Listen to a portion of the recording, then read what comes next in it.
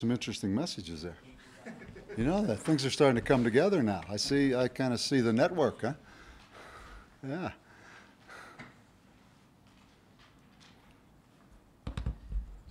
We good there? Thank you. Perfect. All right, guys. Appreciate you being here. I think if you said one word to kind of describe this thing, it's re-energizing. You guys have been through enough of these signing day press conferences that what's today's date? December 20th? December 20th, 2018, what a head coach says in a press conference about recruits. You'd love to come back 2 years later, 3 years later, or 4 years later and have that same press conference again, right, about this list. So I'm realistic about it, but back to the word re-energized. Anytime you can bring 18 players, sign 18 players,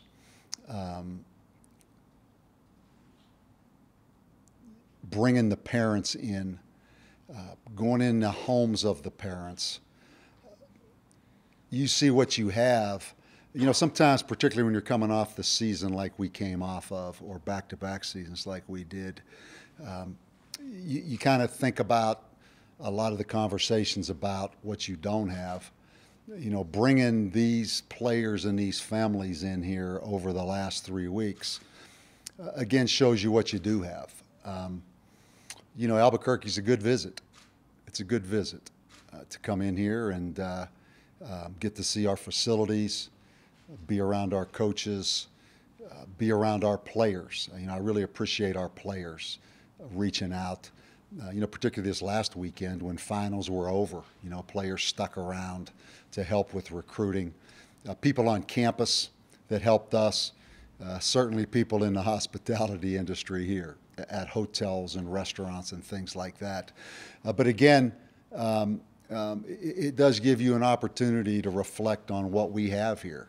We've got a pretty good product to sell. Obviously, it's competitive. Obviously, we have some things that people use against us, as in all recruiting, in all situations across the country. No place is perfect. But what we did was really, from a time management standpoint, from a cost management standpoint, I think getting 18 players signed early like this is really conducive. We tried as much as humanly possible to research the fit. The fit of how they fit us schematically. With that said, once the dust settles, when we see exactly what we have, the good thing, 11 of these 18 are going to be here if everything goes well, potentially 12 of these 18, January 15th. That'll be here for the whole spring semester and spring ball. But the fit, right? How are they going to fit? How do they understand our situation here? What our situation is at UNM? How they're going to adjust to Albuquerque? Really a positive just to see where these young men were from. Most of the parents were on the visit. I was in most of their homes. So again, it's a good start. It's a good start. It's 18 young men that made the decision to come to UNM to get this program back on track. We didn't get all of them, but it doesn't matter the ones we didn't get. All that matters is the ones that we did get. But it's re-energizing. It's re-energizing for everybody. I appreciate, obviously, the work that goes into this. I talked about the kind of season we had. A lot of times you work a lot harder when it doesn't go well. And certainly this staff has worked hard. Then to go right into recruiting, take it right up here to December 20th. I appreciate the work of a lot of people to get these 18 guys signed. We have 6 scholarships basically left. We can go to 24 this year. Brandon Burton, a young man that transferred from UCLA that had to sit out this year. move forward to this class, so he would be the 25th. Brandon Burton's a young man from the Los Angeles area that transferred here, went through fall practice but was ineligible, so he's our 25th guy. The class kind of speaks for itself. You can see, 5 defensive backs. That number may increase. 4 linebackers that we're very excited to get. 1 high school defensive lineman. We're still looking for potentially another defensive back, another couple defensive linemen. Then on offense, 3 offensive linemen, a running back, a quarterback, 2 wide receivers, a tight end. So be interesting to see how this plays out, but it's a good start for us. And any questions? Steve, you want to start this off? Well, how come nobody from New Mexico? You've probably researched this. I'm sure you have because you asked the question, so I know you understand the research. How many players from the state of New Mexico signed yesterday at the FBS level? I'm asking because I know you researched it, right? Seriously, you asked the question. How many signed yesterday? 0. Pardon? 0. No, 1 signed. A young man that we recruited for a long time that went to Oklahoma State. So there was 1 player out of the state of New Mexico that signed an FBS scholarship yesterday. Coach, as far as when you were saying that you want to get those kind of bodies and stuff like that, how close did you get to any of these guys being what you're looking for? Well, obviously, depending on what these guys are, I'm a little bit more particularly on defense at this time. Who are our best players and how we have to tweak that scheme a little bit to who our best players are. That's in reality, in all honesty, where we are right now. We have to get the best 22 defensive players we can get and tweak our scheme. Offensively, obviously, we're locked in a little more to what we want to do moving forward. But definitely with the defensive players, there was an emphasis put on suddenness, quickness, explosiveness, not so much size things, but explosiveness and playmaking. So Van, that's kind of where that emphasis was. Coverage, suddenness, guys that can get from point A to point B quickly. That's kind of what the defensive piece was. What kind of advantage is this to be able to get these guys in here now as opposed to a couple of months from now? I think it's huge. Obviously in our situation, there's going to be a lot of new faces on our defense for sure. As we go into the second year in this offensive transition, we're transitioning in a lot of areas. That would probably be the word to use with our football team. So to be able to get them here January 15th is key. Something we are going to do, Lee, that ties in with that, we'll get them in here January 15th. We'll have 8 weeks before spring break. We're going to take the spring break in March. We're going to come back and have another 2 weeks. We're going to have 10 weeks before we start spring practice. We're going to move spring practice back to about April 1st, 2nd, something like that. Because these 10 weeks of maximizing every second from a development standpoint physically, also getting guys indoctrinated into what we're doing X and O's. I'm looking at 10 weeks of getting guys ready for spring practice, where those jobs are to be won during spring practice. And then I'm already looking at 8 weeks in the summer of June and July.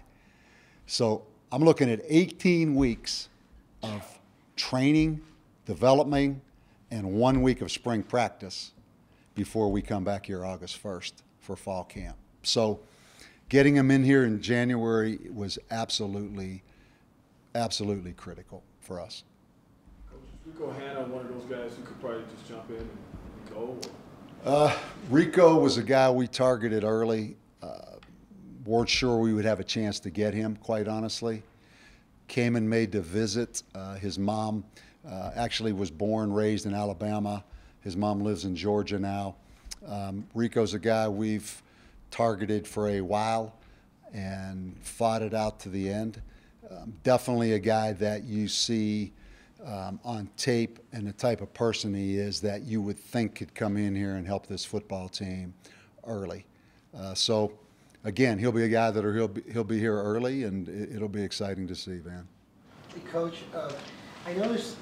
I mean, I don't think you want to hear about this, but our biggest problem in the last two or three years is covering large receivers, and they get that 50-50 ball. And even though some of our coverage has been perfect, but the guy with the better jumping skills. So with these smaller defensive backs, you got a couple of them at 5'9". Are they going to be able to cover some of these large receivers that we've been having problems with? They better.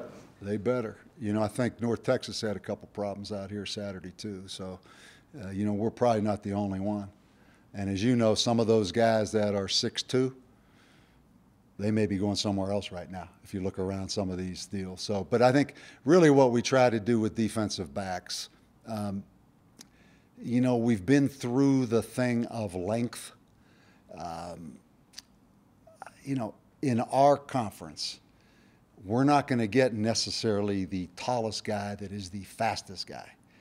We've kind of gone back to the guy that is the best football player.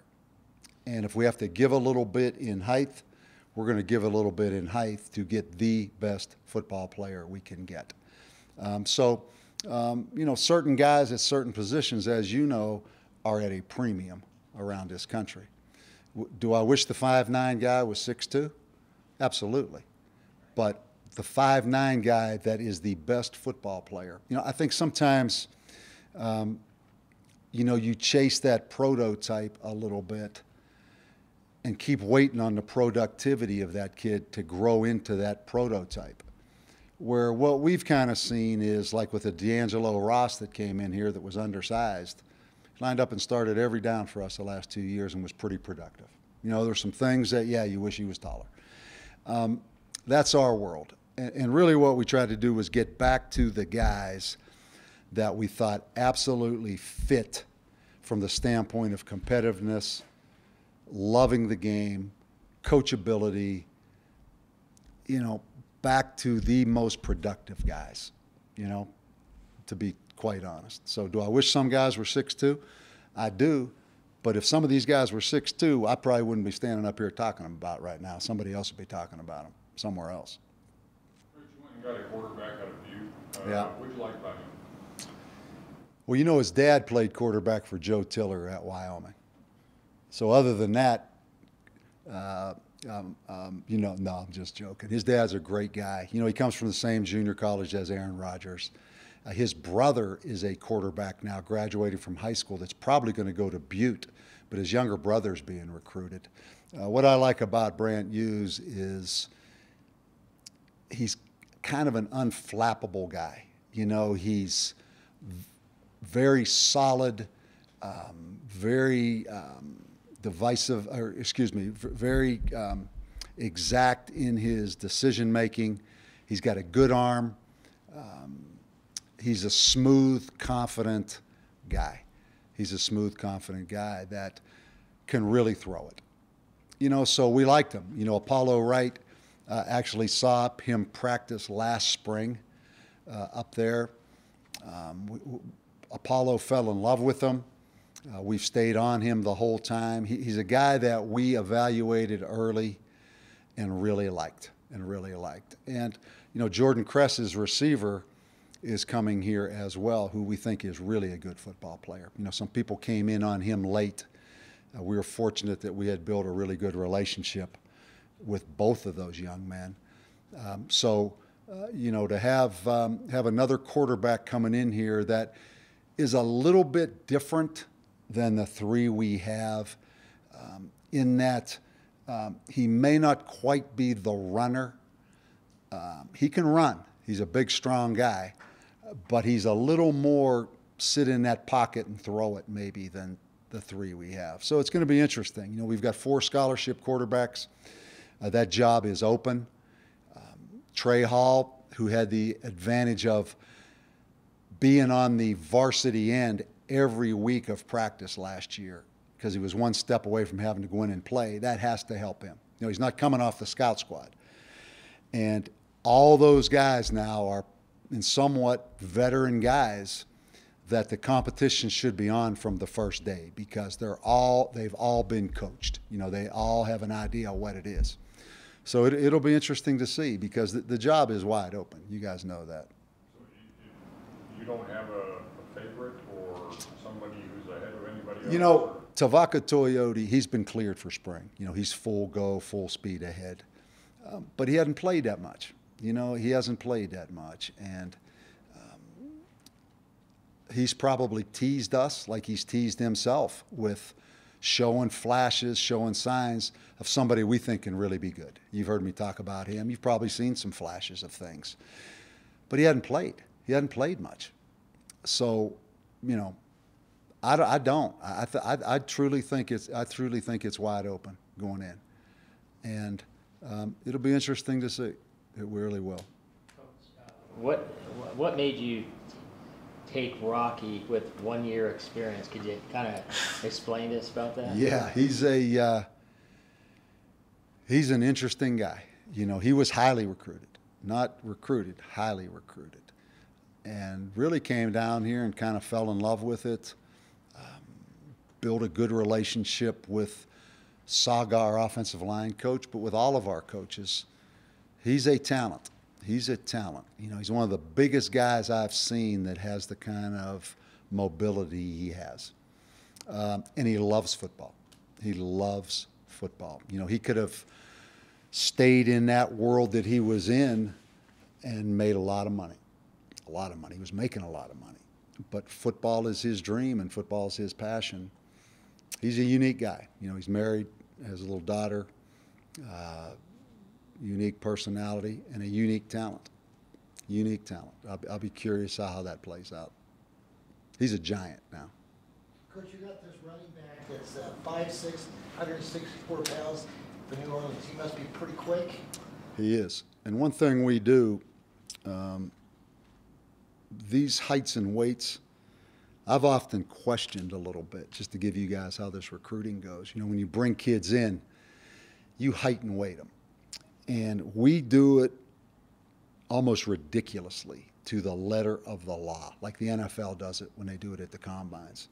I've thought a lot of times, quite honestly, of making guys feel better, of like saying, okay, let's be consistent and let's give every guy an inch. Because at other places we say, what were you height and weighted? And it's always more. So I can tell they're doing it to kind of make somebody feel good. Ours are like, if these guys go to the NFL Combine tomorrow, which is how strict they are doing it, that's what they are. So sometimes you look at this and say 5'6", he's legitimately 5'6", where he may have been 5'8" on somebody else's printout. We just don't do that. You know, we try to be dead honest with it. But he is quick. You know, you got the tape to put the video on, put it on. You know, put it on and watch him. He's good, fast. Are you going to concentrate then on high school kids the rest of the way into? Not necessarily. Not necessarily. Not necessarily. You know, we like I said, we're down to 6 scholarships, so it's going to be different. You know, we went 3 full weeks here of recruiting with all 10 coaches out. Now it's more, okay, who are these next 6 guys? And rather than 10 coaches being out for 3 weeks, it's going to be more targeting exactly which coach is out. You know, we're not out just looking for guys now. It's going to be more targeting. And most importantly, you know, our players come back January 15th having coaches here, because a lot of this list is going to be here January 15th. And the most important thing now is the other guys that were on past lists for us, that we develop those guys and we get their whole thing right the moment they come back here. But we're looking for guys, honestly, that can help us win a game next year. As simple as that sounds. You know, we have guys now. We built some depth through numbers here now, enough to go. We're looking for guys that can go win a game, because we've only got 6 spots. So we're going to take a swing at some guys that are highly recruited and try to change our team a little bit. So I think it would be more be select who's more highly recruited, because you're not recruiting that many guys. You know, you kind of have the foundation of the class intact now. Coach, I know I asked you about the physical part of it, but as far as just overall need, like I need X amount of linemen, I need X amount of, how much do you feel like this class addressed the needs that you had? Well, we had to get linebackers. You know, if you look right now, you know, Alex Hart will be out in the spring. We basically have Alex Hart, Shook, Mo, Dylan Horton. We're thin at linebacker. You know, we graduated some pretty good players there with Eva, City, Flack. You know, Epting transferred, Everett Powell. So we had to go get 4 linebackers. And I was very, very excited that we were able to find 4 guys, quite honestly, at mid-year that could get in here. And then the same thing, you know, we graduated all 5 starting defensive backs if you look at it like that. 2 corners, Bijan, Stanley Burrell, and Mike Sewell ended up starting that nickel for us. So you had to start with linebackers and DBs just to be able to practice, just to be able to build it back up. Offense, not quite so thin. You know, things kind of go in cycles. So we need a couple more defensive linemen now. You know, Trent Sellers coming off the knee. He won't practice in the spring. So, you know, you keep building, taking building blocks is what we're doing. You know, since ProView Network, we televise all the high school football games, and you've been working on a prefer walk-on program for many years, and I have a list of all these kids probably might want to play. Have you put together your own list maybe for a prefer walk-on right now going into next season? Absolutely, yeah, absolutely. Do you know why Rocky decommitted to Arizona? He just kind of just fall out this place? Or? Yeah, you know, you need to ask him exactly. You know, I try not to, you know, I don't talk much about other schools, if at all, or ask those kind of things, quite honestly. Even like Rico Hanna yesterday came down to us and another school and called us and committed, and I never asked him, well, what about the other school? Did you tell him yet? You know, I try to stay just talking about us. So, I mean, he definitely talks now. He's a guy you should call and interview. You know, he's definitely going to be a good interview, that's for sure. Now that you have a good sample size, could you revisit the early signing period and what, if any, impact that might have had on UNM football recruiting? Is it better? Is it different? Is it worse? What impact, if any, have you seen? I go back to cost management, where just like right now, we've had 3 full weeks of 10 coaches out recruiting all over this country, basically. Because we have 18 signed right now, there's 3 more weeks of full recruiting starting back in January. We won't use all 10 coaches to go recruit for 3 solid weeks. So the early signing date makes decisions valid or makes decisions tangible. So you don't spend that time chasing, and all of a sudden he's going to sign somewhere else anyhow when somebody else comes in. So from a cost management standpoint, I think it's significant. I think it's a good thing. I think it's a good thing because it eliminates some of those guys on that wish list that you might have mindlessly chased thinking you had a good chance when they now have signed and they're out of that pool. You know, because a lot of times kids don't want to tell you no. Well, when they sign, they've just told you no. So I think it just cleans things up. It cleans things up so much more. And it gives us the opportunity to get kids in here earlier, which is key for us. But again, it's pretty taxing physically. Not that, I mean, no one cares, but it's taxing physically, I think, on the coaches. You know, to go through the season and then go right into recruiting, or even during the season you're recruiting. It's been a pretty long run here, which that's what it is. I mean, it's been a pretty long run from July till right now today, or yesterday when we got these kids signed. But I think all in all, it is really a good thing for us. And I was skeptical about it, but I think it's a good thing. I'm surprised that we were able to sign 18 guys early. That's probably a few more than I thought we would be able to sign, quite honestly. When You done as far as that quarterback, or if something else pops up with those 6 scholarships? Done. You got? Yeah. Quarterback? Yes. Yeah, we've got 4 scholarship quarterbacks. You know, unless the kid from Alabama, Jalen Hurts or something, decides to come, we'll probably not do any more. With the fact that you have 18 guys in-house, the 6 that you have open, is this a situation where I'm going to be picky? I'm going to try to hit some home runs? That's what I said, Lee. I mean, that's the complete point of that. I think, you know, what you'll see with this 6 left is how do we build on a foundation that's already been set with these 18? In other words, who's going to make a difference now? Who's going to make a difference? And I do think you target the higher recruited kid with more options, because if you don't get them, well, you still have 18 to start with. Where if you were sitting here with 8 and you have to sign 17 more, well, you better make sure you're going to end up with 18 or 20. So there's more risk reward right now, I think, that you're willing to play. You know, a bigger risk that you might not get them, but there's more reward if you do get them. So I think that's exactly how this thing's going to work. Because these next 6, they're like gold now.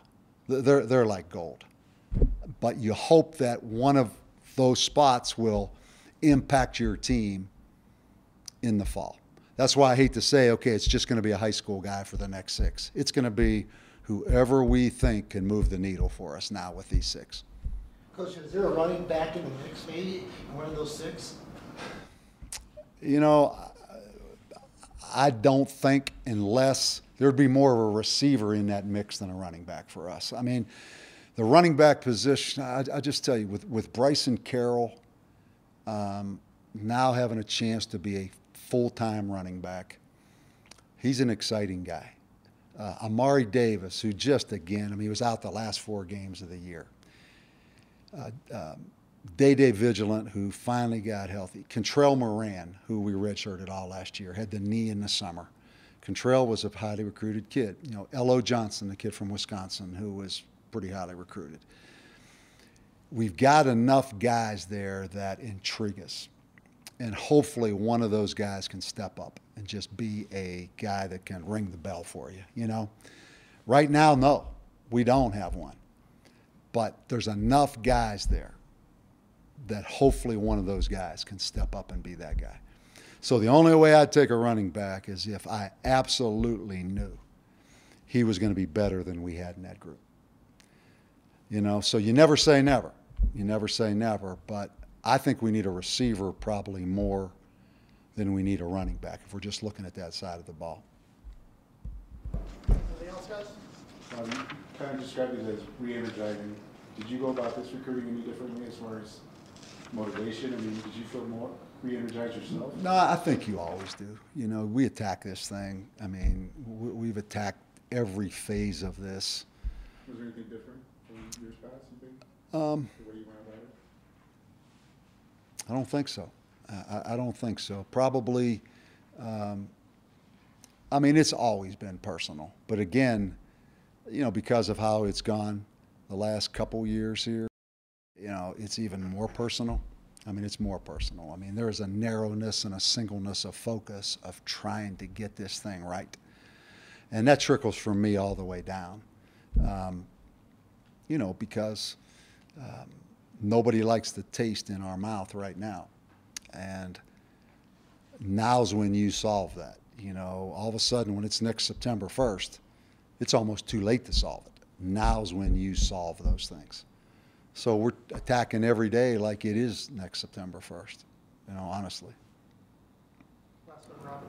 You mentioned explosiveness was one of the things you're looking for. Along those lines as well, but maybe offensive line too, maybe the tight end position, any offensive positions. Was there any overall difference or theme to recruiting to the new offense specifically relative to the old triple option offense that was primarily run first? Yeah, I think, you know, Brant Hughes, the quarterback, is absolutely that guy that's a little more of a thrower, but can do what we want to do. So, yeah, you know, Chad Alexander, The running back is a guy that's that zone running back that can hit a little crease and take it. So yeah, full-on offense was recruiting for what we are going to be exactly. We needed an on-the-line tight end. You know, Marcus is really a talented tight end off the ball. Jeffrey Jones is pretty talented. We needed an on-the-line tight end as an example. So Kyle Jarvis was that guy. He was a former offensive lineman, then moved to tight end at Laney his senior year. He's about 240 pounds. So to give you an example, Robert, of what it would be targeting specifically offensively. At least we didn't have to get a punter and a kicker, right? So. All right, man, we good? All right, guys.